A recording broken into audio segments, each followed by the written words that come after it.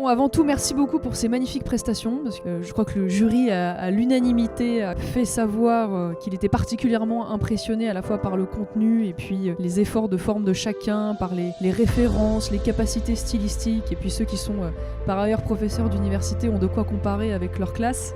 Vous connaissez tous cette phrase ce qui se conçoit bien s'énonce clairement et les mots pour les dire viennent aisément. Et l'ICEP, nous avons plusieurs missions. La première, c'est de faire en sorte que vous conceviez bien les choses, donc que les choses soient claires dans votre esprit. Et d'ailleurs, vous ne nous avez pas tous attendus pour cela, parce que indéniablement, beaucoup d'entre vous ont des références et une culture générale qui va bien au-delà de ce qu'on vous enseigne à l'ICEP. Et ça, c'est tout à fait remarquable et ce sera un atout formidable pour vous dans la vie. Mais au-delà, ensuite, de la bonne conception des choses, le fait d'être capable de trouver les mots pour énoncer clairement ces choses, il faut être capable, et c'est tout l'objet aussi de cet exercice, de sublimer les mots.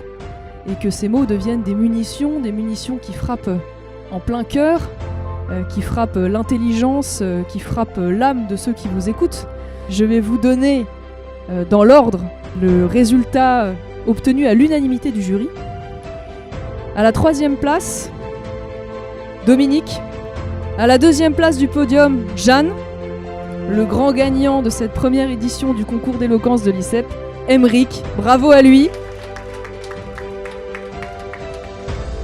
Donc encore bravo et merci, vous nous avez rendus particulièrement fiers.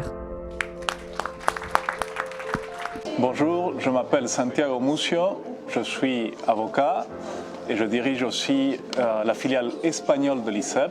Je m'appelle Jean-Luc Cornel de Boissezon, je suis agrégé des facultés de droit, historien du droit et des institutions et j'ai le plaisir d'être l'un des enseignants de l'ICEP. C'est une grande joie de pouvoir écouter les participants, nos étudiants dans ce concours, tant les qualités de ces étudiants sont absolument bluffantes. Et constatant que ce sont des Master 2 qui ont été finalistes, eh bien je me dis que le cursus de l'ICEP semble bien construit et que la montée en puissance qu'on essaie de leur permettre est effective.